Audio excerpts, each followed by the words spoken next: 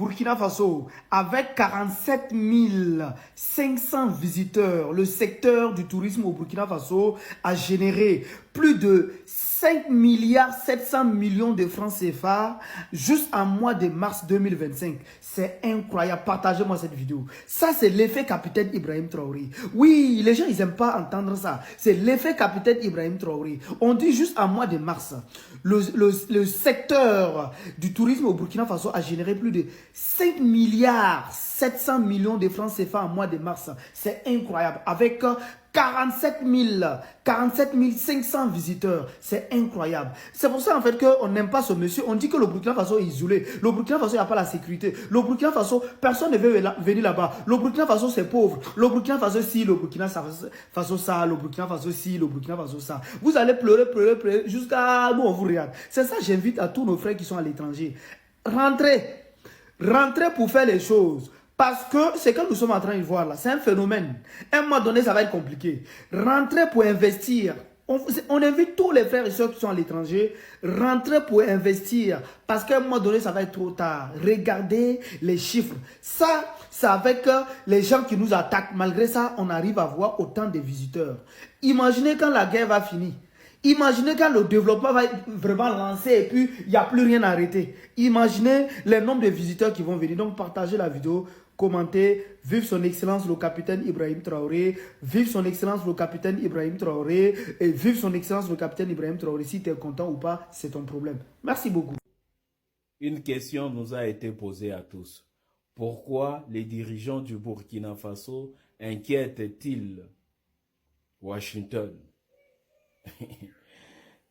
C'est tout simplement parce que ils ne contrôlent plus rien au Burkina Faso. Ils n'ont plus la même mise sur les richesses burkinabées. Ils ont été mis de côté. Pour les autorités du Burkina Faso, les autorités américaines sont comme eux. Personne n'est au-dessus de personne.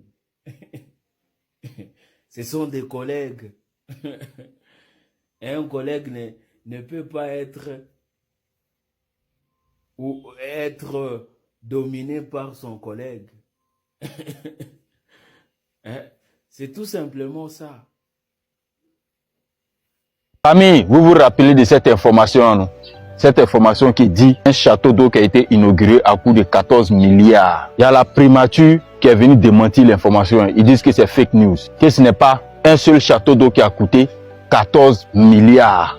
Mais voici plutôt les détails. Il y a eu rénovation d'un château qui existait déjà. Et puis il y a eu construction d'un nouveau château à côté de l'ancien château. Aussi, il y a eu extension au niveau des canalisations. Il y a eu aussi branchement des réseaux, je ne sais pas, sociaux, un truc comme ça. Donc c'est tout ça là qui a coûté 14,88 milliards. Ce n'est pas un seul château qui a coûté 14,88 milliards. Maintenant, moi ma question, pourquoi est-ce que vous donnez les détails des travaux là et puis vous ne mettez pas le prix de chaque partie des travaux? Au niveau des extensions, vous devez dire ça a coûté combien. Au niveau de la rénovation de l'ancien château là, vous devez donner le prix. Vous devez donner aussi le prix du nouveau château que vous avez construit. Dans la constitution ivoirienne, chaque Ivoirien a droit à l'information. Donc chaque action que vous posez là, vous devez nous informer de tous les détails. D'où est-ce que l'argent est sorti? Qui a reçu l'argent? Qui a fait quoi de l'argent? Où l'argent est rentré là? Vous devez nous donner les détails de ça. Mais vous ne venez pas plaquer comme ça une information disant que voilà les détails des 14,88 milliards. Et puis on va prendre ça comme ça. Quand vous faites ce genre de choses là, les gens vont toujours croire que les 14,88 milliards là, ça n'a pas servi qu'à faire tout ce que vous avez dit là. Ça a servi à faire autre chose. Donnez-nous les détails pour que vous-même là, vous soyez crédible vis-à-vis des Ivoiriens. Même tout ce que vous avez donné comme détail là, 14 milliards quand même. Vous les plombiers là, avec les ingénieurs, s'il vous plaît, venez nous dire un tuyau que les gens là utilisent pour faire les canalisations. Venez nous dire ça coûte combien. Comme ça là, on saura si vraiment les 14 milliards valent vraiment les travaux qui ont été effectués. Merci de partager la vidéo. On en sort. Il paraît que le Tchad a finalement officialisé sa demande pour rejoindre l'AES, Je l'ai toujours dit, mais cette alliance-là, elle va grossir, grossir, grossir. Elle suscite beaucoup d'intérêt et tous les pays voisins là, ils vont tous finir par demander leur adhésion. Et les premiers, je pense qu'ils auront plus de privilèges, d'avantages que les derniers. Et c'est ça qui va tous les pousser à y aller d'un seul coup. En tout cas, dites-moi dans les commentaires si le Tchad a réellement officialisé sa demande. J'ai entendu ça, mais j'ai cherché parce que je n'aime pas dire des choses fausses. Je cherche à chaque fois des sources fiables. Pour le Tchad, je sais que un des ministres tchadiens avait exprimé ce souhait, mais il avait bien dit que c'était pas à lui que revient la décision. Bien évidemment, c'est au président Idriss Déby de décider. La seule chose qui manque à l'AES aujourd'hui, c'est l'accès à l'Atlantique. Vous imaginez si demain la Mauritanie intègre l'AES, alors là, c'est terminé. Le Tamgak Wangari est un buggy, un véhicule tout-terrain militaire entièrement développé et assemblé au Niger.